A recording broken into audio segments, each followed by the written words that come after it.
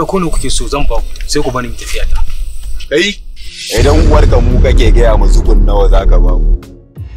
Yanzu lissafin zai canja da lokaci mai gida yake zuba yi. Na rantsi da sarkin da ke busa numfashi idan na ƙara jin maganar ka sai na sare ma kai a wurin nan. Ba zai taɓa yiwuwa ba bokanya. Ba zai yiwu ba.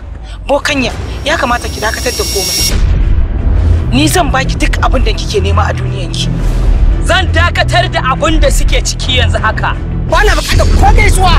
Ke ko mutuwa nayi ba na bukatar ki zo gaisuwa. Kin ga mun na ga miki ko mutuwa nayi ba na bukatar ki zo gaisuwa.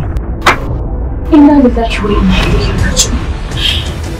Allah ya kare min mijina a dukkan da yake lafiya bar mu kai gida lafiya.